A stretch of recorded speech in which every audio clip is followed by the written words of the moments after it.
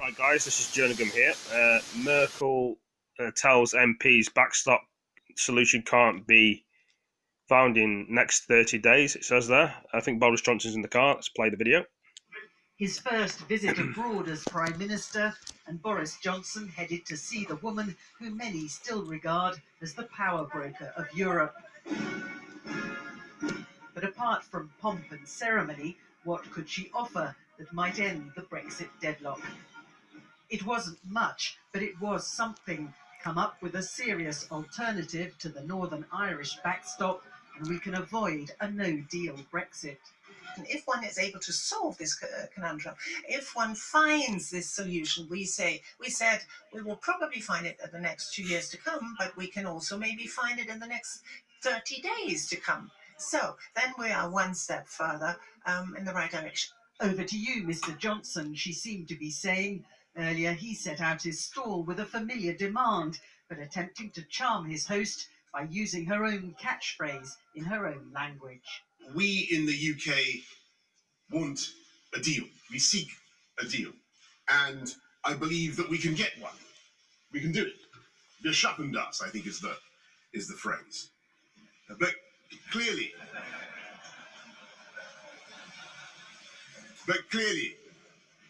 we cannot accept the current withdrawal agreement. It's in the final furlong generally when the horses change places and the winning deal appears. Perhaps some grounds for optimism, but this visit comes as Germany is about to mark another seismic moment in Europe's history, the fall of the Berlin Wall 30 years ago. They've listened to Boris Johnson's tough rhetoric up till now and aren't impressed. In a city once divided by the hardest of hard borders, Boris Johnson's talk of Brexit do or die and raising new trade barriers is baffling to many. The question now, can he or the EU give ground in order to find a compromise? This German MEP isn't convinced by Mr. Johnson's newfound eagerness for a deal. He changes his opinions like other people change their shirts or their t-shirts. Nothing sticks. He's so much about himself. But whatever the reservations of some here, the Prime Minister will be relieved that he at least got a hearing from the woman at the top. Well, goes to show again. Met again and again and again. Tell me. Normally, new leaders get this in the first few days, relishing the pomp and pageantry found in their opening meetings with foreign leaders. Boris Johnson has taken 29 days after becoming Prime Minister to leave British shores, a reflection of the fact that this Prime Minister is doing foreign policy like none of his predecessors in modern times. At first glance, in tone at least, Angela Merkel appeared to promise to listen to ways to make the backstop, the insurance policy to avoid a hard border between Northern Ireland and the Republic, surplus to requirement, perhaps even within a month. The backstop has always been a fallback position if one is able to solve this conundrum. If one finds this solution, we said we will probably find it in the next 2 years to come, but we can also maybe find it in the next 30 days to come. It was an offer of help. It was not, however, a promise to take it out of the withdrawal agreement, which Boris Johnson has committed to back home, prompting the immediate question, what ideas might he have up his sleeve? Boris Johnson, Angela Merkel has just asked you whether you're going to put forward specific plans to solve the Northern Ireland question. Are you, and can you spell them out for us now? Yeah, Sam, obviously we do think that there are alternative arrangements that could readily be used to address the problem of frictionless trade at the Northern Irish border, and you'll have heard them before, whether it's trusted trader schemes or electronic pre-clearing, all that type of solution, and more besides is what we will be wanting to discuss. Boris Johnson made clear that no part of his plan would involve putting up a hard border between Northern Ireland and the Republic. But Angela Merkel was unable to give the same commitment, saying all sides are still looking for solutions.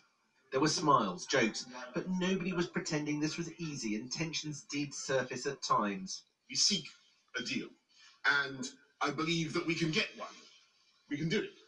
geschaffen das, I think is the phrase. But clearly,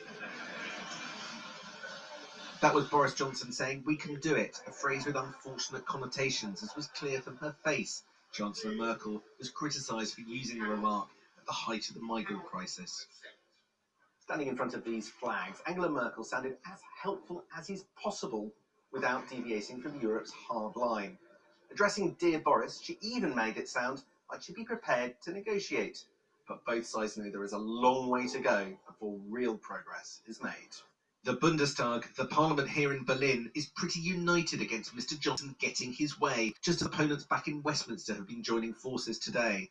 And the problem for Boris Johnson is that even if Angela Merkel alone wanted to help, the rest of the EU couldn't be more clear in their resistance, meaning the conversation sometimes feels like it's going round in circles. I don't think that this agreement is going to be reopened because 27 EU members are against it. So is Angela Merkel, and she said so today and in the previous days. Boris Johnson could be forgiven for thinking some of the protests which dog him at home had followed him to Berlin. And the criticism will undoubtedly follow him to Paris tomorrow. On the eve of his arrival, President Macron was denouncing Mr Johnson on Brexit, saying no deal would be Britain's fault. This could be about to get trickier. Well, let's see the next one.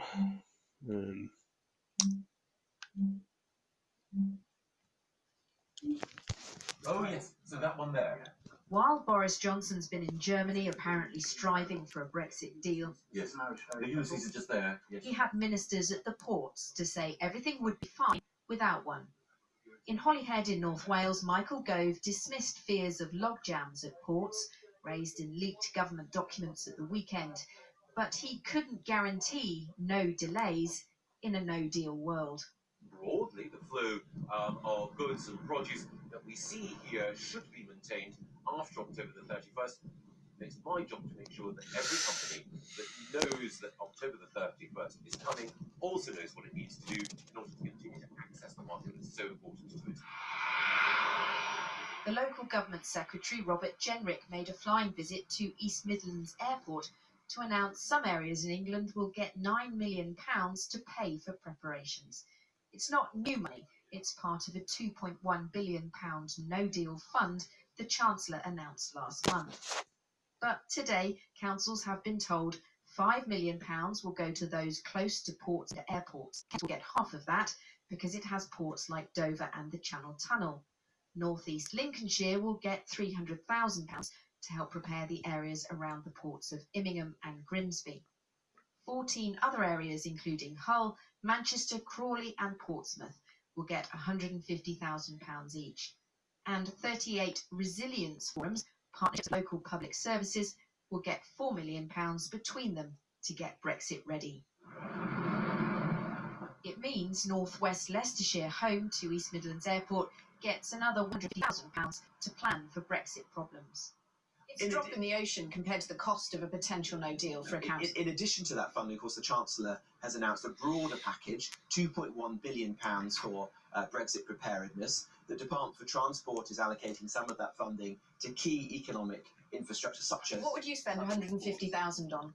They are using that funding to designate staff to this task, to think of the particular challenges that no-deal Brexit will pose to their locality.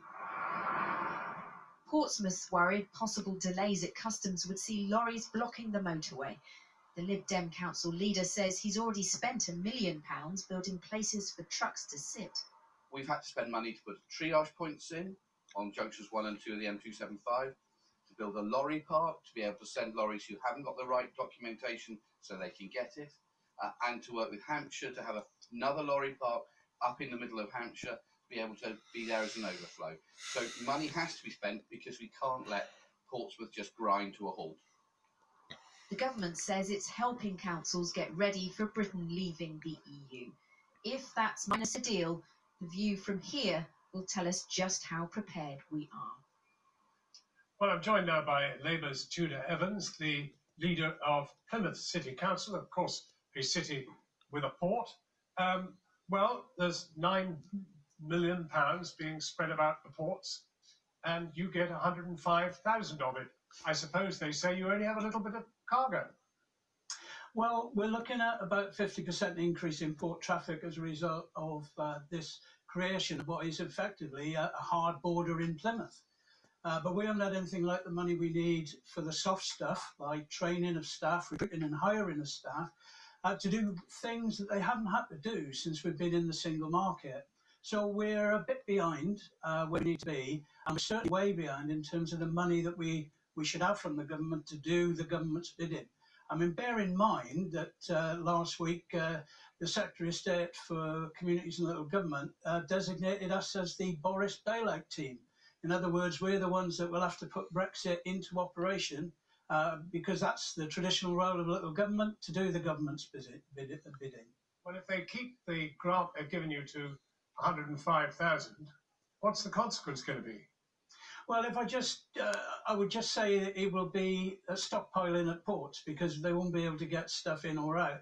It's a real issue, this. We're not crying wolf. And of course, local governments have been denuded with our financial headroom for the best part of 10 years. I mean, we've been hollowed out as far as a lot of the stuff we need to do is concerned. I mean, I'm £100 million a year down on what I was a decade ago. And so with that kind of level of cut, to get the offer of 105,000, in other words, 1,000th of what we've lost, and to make no deal happen, I think is a bit of a stretch. You know, Mr. Johnson has decided to take the controls of the aircraft, and he's flying us into the side of a mountain.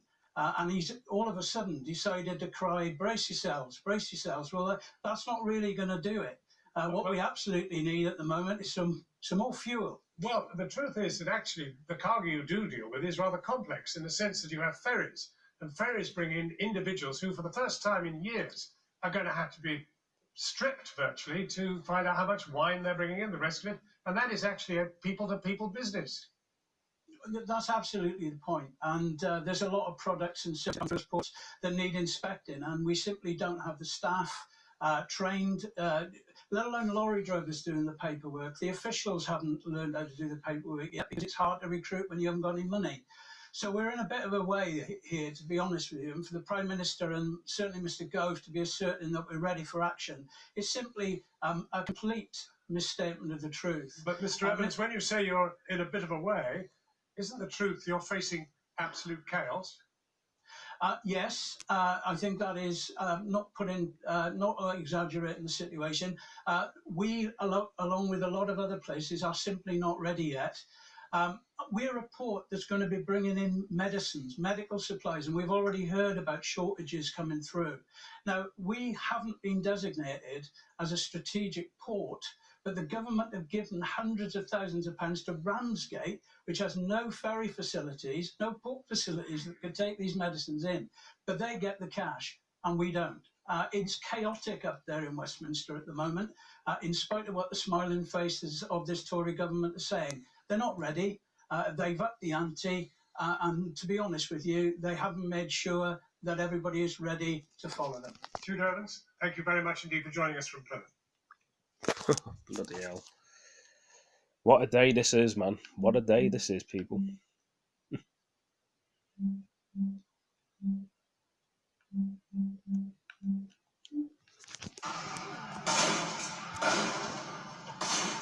Police reinforcements have been sent to West Papua to control protests that have turned violent. Government buildings, police cars and parts of an airport have been destroyed. The police have been accused of racism after 43 Papuan students were arrested for disrespecting the Indonesian flag on Independence Day. There were reports one flag was set alight outside a dormitory. After being held for hours, the students were released without charge. The government regrets the burning of the Indonesian flag. The incident is under investigation. The incident was followed by negative statements which triggered violence in several areas of Papua and West Papua provinces. It is disrupting the nation's unity. The protests came after videos were shared on social media showing a school being tear-gassed and the students called monkeys, a derogatory term used against ethnic Papuans. For years, Indonesia has blamed indigenous Papuan separatists for unrest in the West Papuan region, but they accuse the government of human rights abuses. During protests on Tuesday, 258 inmates escaped from a prison in the city of Sorong after it was set on fire. The city's mayor called for calm. Come on, let's join hand in hand together, united in our hearts. Leave our differences and maintain togetherness, unity, and solidarity between Papuans or non-Papuans. Indonesian President Joko Widodo says he's committed to the welfare of all Papuans, but it's not clear if his words will be enough to calm protesters. They're now calling for a referendum on independence. Sarah Khairat, Al Jazeera. That's what we're doing. Goes to show, doesn't it?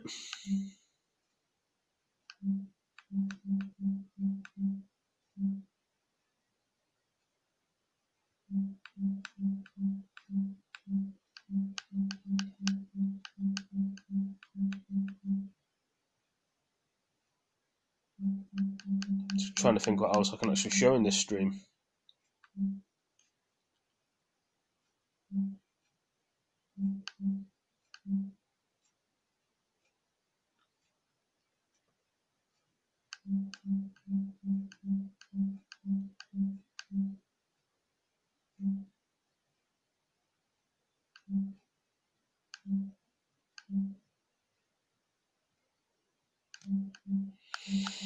There's got to be some kind of more news I can actually show from today's news on here, but what is it then?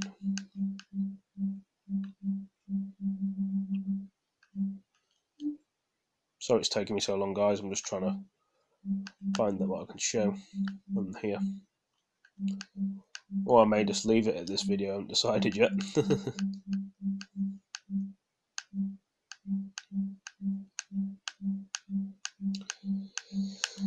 Well, like I say, guys, this is another short video that I've done about Brexit. Give me your thoughts and opinions, what you think about it if you're from the UK and you've never heard of what Brexit means. Anyway, thank you for joining me. See you in the next one. Peace.